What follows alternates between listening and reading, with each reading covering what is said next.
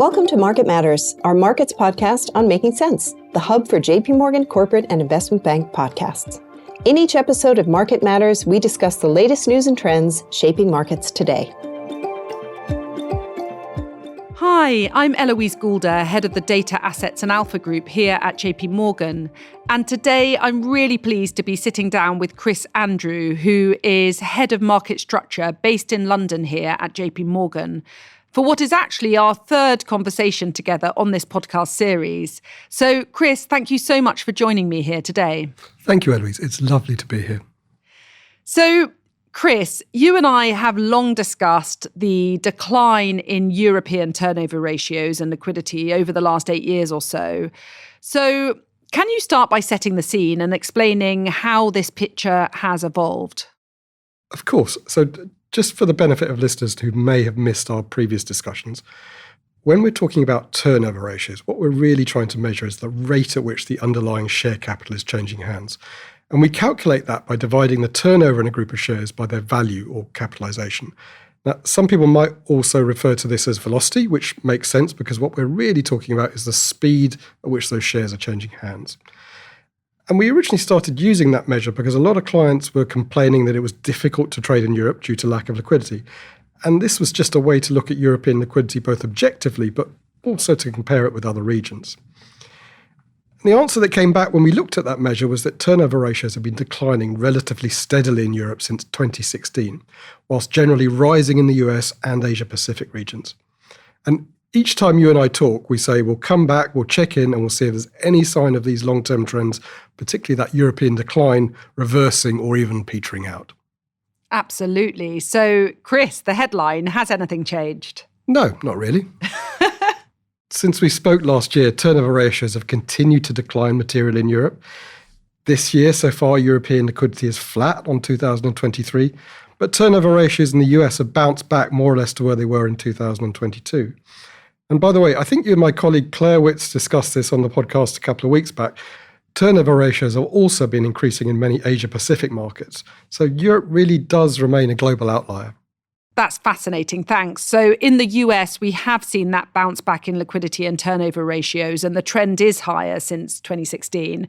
And in Asia, as you say, we've seen an increase in turnover ratios overall, and particularly across China, Japan, India, Korea, and Taiwan.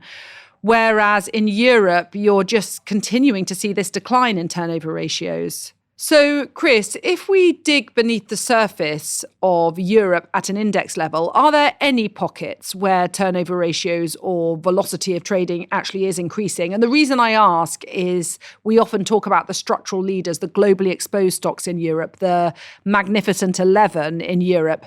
Have you at least seen those groups see a stabilization or an increase in liquidity? No. And, it doesn't really matter which way you cut the data. You see pretty much the same pattern across the board in Europe. All sectors, and even those Magnificent 11 shares that you referred to, the turnover ratios in those have also declined materially over the same period. And that's despite their relatively strong performance. Wow. So it really is a pretty bleak picture here in Europe then. So can we turn to the US? You mentioned that turnover ratios have bounced back recently, and we've discussed previously that turnover ratios in the US have risen over the last 5 or 10 years. Has that been a uniform increase, just like the uniform decline in European turnover ratios, or is there a bit more nuance to it? I think the increase in activity in the US has definitely not been uniform. It's really concentrated in the technology sectors, but it also extends well beyond the Magnificent 7 shares that most people are probably familiar with. But let me just try to illustrate the degree of concentration that we're seeing in the US market now and how that contrasts with Europe. So, in 2016, the most traded stock by turnover represented about 4% of the overall turnover of the S&P 500. And that was trading about 4 billion a day, so similar to the Netherlands. By 2024, the most traded US stock represents about 13% of S&P 500 trading activity and is trading over $40 billion a day. So to put that in perspective, that one US stock is turning over about the same as all of European stock markets combined. That is an amazing stat. That's incredible. So one US stock is trading more each day this year than the whole of Europe combined. Yes, that's right. That is staggering. I know, it is, isn't it? And if we look at the concentration more generally, the top 25 stocks in the S&P 500 represent over 50% of all S&P trading activity. Whereas in Europe, the top 25 stocks in the Stock 600 represent only 25% of total trading activity. The other thing that I think is interesting is the reversal in the relationship between the concentration of capitalization or value and that of the trading activity. So normally the value of shares is more concentrated than the trading activity, and that's because the larger shares tend to turn over a little more slowly relative to their value. Back in 2016, that was also the case in the US. But around the time of the pandemic, that switched around. And now trading activity is significantly more concentrated than capitalization.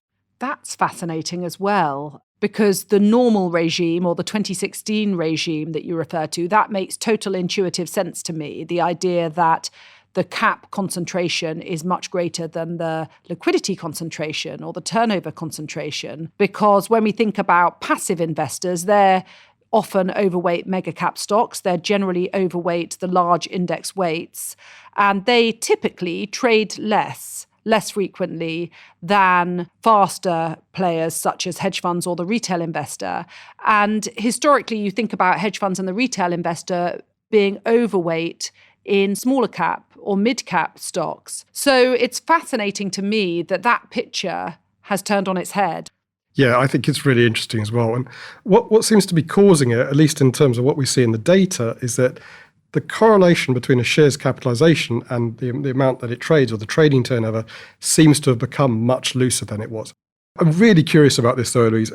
What kind of picture do these statistics paint for you in terms of investor behavior and positioning?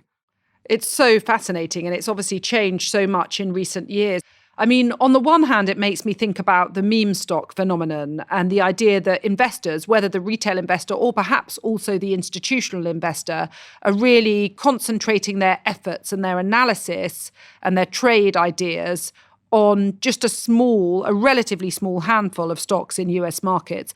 And then also, I think it speaks to the concentration risks we're also seeing in performance, best represented in the momentum factor, which has had a phenomenal rally in recent months. So, for example, if we look at our long momentum basket in the US, so long the stocks which outperformed last year, they have disproportionately rallied in recent months. They've rallied by more than 40% since markets troughed in late October. So there's this persistence in outperformance.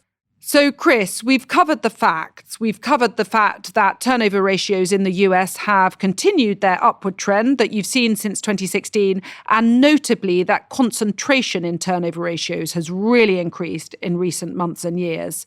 So, Chris, can we now turn to the why? I mean, what do you think is really driving these trends, these pretty extreme trends at this stage? I think one argument that helps explain the concentration in turnover ratios in certain sectors and stocks is performance. I think that's true in general, but it's not perfect. And I think we've seen positive correlation between performance, i.e. a stock outperforming, and its turnover ratio. But casual observation at least says that correlation tends to follow really outsized performance as opposed to just good performance. Totally. That's really what I was referring to when I discussed the momentum factor, that the momentum has worked as a factor in US markets over a long period of time now. And that reflects concentration in performance. And at the same time, correlated but not exactly the same, you're seeing this increase in concentration in turnover ratios. And actually, put quite simply, you said that tech and communication services are the two major US sectors where turnover ratios have increased over the last 8 years. And by the way, they are also the sectors that have outperformed over the last 8 years. I mean, the S&P 500 tech sector has more than quadrupled over that period. Yes, I think that all makes sense. And I think the other factor here, which in a way is possibly linked to those pockets of outsized performance as well, is the presence of the retail investor. Seems really difficult to imagine that the retail investor is not influential here. And a couple of reasons why I think that. One thing I've learned about turnover ratios in the last couple of years is that whenever you see outsized turnover ratios, the humble retail investor is not usually too far away. You and Claire were talking on that podcast a couple of weeks ago about the high levels of retail participation in some Asian markets like Korea, Taiwan, and China. Well, it shows up in the turnover ratios in those markets. And even in Europe, big retail markets like Italy and Turkey exhibit the same thing, high turnover ratios. I know it's a bit counterintuitive, and I don't know if I can fully articulate it, but put simply, whenever you see a lot of trading in something, it's usually not the big guys. It's all the little guys put together. And then I think the other factor that I'd cite, which appears to drive the turnover ratios, is the ability for a stock to have a narrative, or, you and I would maybe just call it a story. And we've talked about this in the past. I guess it's that preference for retail investors to trade what I like to call the familiar or the cyclical. And I think we're seeing that when I look at the types of stocks with highest activity levels. That's so helpful. Thank you, Chris. So you're really citing three key drivers for turnover ratios there. One, the performance, the outperformance of the stock, which tends to draw in investors and hence increase the turnover ratios. Second of all, that presence of the retail investor, which arguably itself is linked to performance and outperformance, but again, increases the number of hands turning over a given stock. And then finally, that familiarity of the stock, that narrative or story behind the stock, which is often linked to what you call the familiar and the cyclical. And also right now linked to structural change, tech and AI. I think those themes are so often part of the narrative right now. I think that makes complete sense. And it's not clear from the data yet whether it's just the retail investor driving that latter point. I also think it's entirely plausible that institutions are also catching on to these narratives and themes and trading these heavily as well. Totally. I mean, the tech and the structural change mega themes, they dominate so many of our institutional investor conversations as well. And I think you could argue that there's much more of a free flow of information at this stage between the retail investor and the institutional investor. I mean, we're all looking at the same social media sources. We're all looking at the same press. There's more and more content available online, including podcasts, social media forums, etc. No surprise, perhaps, that multiple investor types are all alert to these same structural themes. It's really interesting. I can't help wondering, with everybody sort of consuming the same information and subscribing to the same narratives, do you think there's a danger that you get a sort of a retail institutional groupthink emerging in this current environment? I think groupthink, that is a risk. Having said that, we are in this period of immense technological structural change when we think about cloud compute, data centers, generative AI, the ability for corporates to adopt all of this. So we might be in a situation where there is groupthink around these massive themes, but we could still all be directionally correct. But anyway, bringing all of this together, bottom line is we have continued to see this increase in turnover ratios in the US versus the decrease in Europe. And I guess the new factor here is that we've seen much greater concentration in turnover ratios in the US in recent months and years versus less concentration here in Europe. And we've also continued to see a very high retail share of volume in US markets. So it all comes back to that virtuous cycle in the US versus vicious cycle in Europe, doesn't it? Where in the US, performance begets investor involvement, which begets liquidity, which begets performance, etc., versus the opposite in Europe, where we really see such a lack of investor involvement. And as you're saying, these themes seem to have only intensified over the last 6 months or so, intensified by the retail investor, intensified by the flow of information between retail and institutional investors, and intensified in the names where you have that story, that narrative linked to structural change, linked to familiar and cyclical qualities that you've been referring to. So, Chris, perhaps the most significant question I can ask you is what on earth is going to break this cycle, both the cycle in the US and the cycle in Europe? I mean, what do you think? Well, you're going to have to forgive me, but I'm probably going to have to throw at least part of this question back to you in the end. From a market structure perspective, in terms of what's going on to help increase liquidity and turnover ratios in Europe, there are lots of reforms in the pipeline, and kind of all of these have the right ideas, but in the end, there's just this really big risk that the kind of reforms that are really needed to enable Europe to compete with the US are just politically intractable. And even if they're not politically intractable, it's likely that they're going to play out over decades.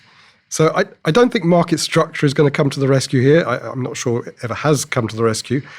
But Eloise, my question for you would be whether there are other plausible reasons, perhaps to do with the maturing of AI technology, I guess, or the way that technology cycle develops over time.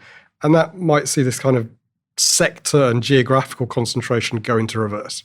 Yeah, it's a great point. And I do think that that could be the fundamental reason that could eventually break this cycle of concentration in performance and liquidity in US markets and in a lot of these structural technological change names, versus the opposite, the reverse going on in Europe. So the idea that there is a broadening of the technological benefits of AI to wider sectors outside of the tech universe as AI is adopted across the wider economy, whether across healthcare or utilities or cap goods or consumer sectors.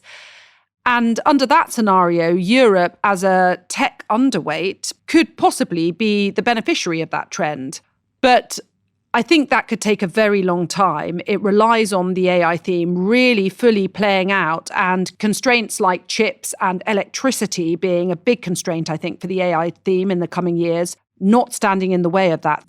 So I guess in the near term, it will be fascinating to hear if we get more information on these themes, on AI benefits rippling to the wider economy through Q1 results season right now. But my view is it could take years before this theme really plays out across the wider economy. I think that's probably the case as well. Yeah, and therefore this concentration in performance and liquidity could be quite persistent, could be here to stay over the coming months at least. So, Chris, final question. What will you be watching in the nearer term and this year as a whole to help navigate the path in turnover ratios and liquidity from here? I think a couple of things. In the short term, I was discussing some of these data with my colleagues in the States, and we thought it would be interesting to try and bring in some other data sets and really to try to understand whether this sort of concentration is really a retail-only phenomenon, or is it, as we were talking about, is it a sort of a joint venture between retail and institutions that's kind of creating this pattern of trading? In the longer term, despite my comments about market structure not riding to the rescue, some of the data that I looked at in preparing for this discussion really tells a story about the impact of fragmented European markets. And this is particularly relevant when you think about the focus that policymakers in continental Europe and the UK have on supporting smaller growth enterprises. In both the US and Europe, the average small cap company is worth about $500 million.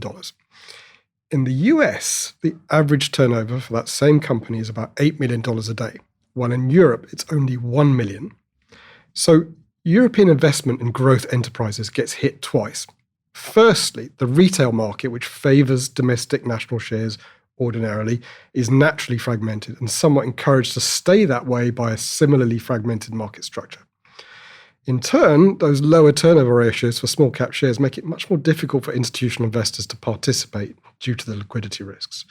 So it's probably not going to be popular with everybody, but with my advocacy hat on, I'm going to continue to try to make the case that anything we can do to break down barriers in European capital markets is really important to their future. Well, you've ended this discussion with some more amazing stats. I mean, the idea that comparably sized mid-cap company trades 8 times more in US markets than in European markets. It's just another staggering stat. So I really hope that your advocacy bears fruit and that we really do, over time, see those barriers in European capital markets broken down. Thank you. I really hope so too. Well, thank you so much, Chris. I mean, this has been a fun and an interesting discussion as always, and we've touched on so many of my favourite topics: the long-standing outperformance of US equities versus European equities, the divergence in liquidity trends across both those regions, and those concentration stats in terms of liquidity in the US. They're just staggering. And we've also talked about the behaviour of the retail investor and their involvement here. So thank you so much, Chris, for taking the time to speak. My pleasure, Eloise. Thank you also to our listeners for tuning in to this bi-weekly podcast series from our group. If you have feedback or if you'd like to get in touch, then please do reach out directly to Chris Andrew or indeed contact your usual JP Morgan sales representative. Otherwise, please do go to our team website at jpmorgan.com/market-data-intelligence, where you can always reach out via the Contact Us form. And with that, we'll close. Thank you. Thanks for listening to Market Matters. If you've enjoyed this conversation, we hope you'll review, rate, and subscribe to JP Morgan's Making Sense to stay on top of the latest industry news and trends. Available on Apple Podcasts, Spotify, Google Podcasts, and YouTube.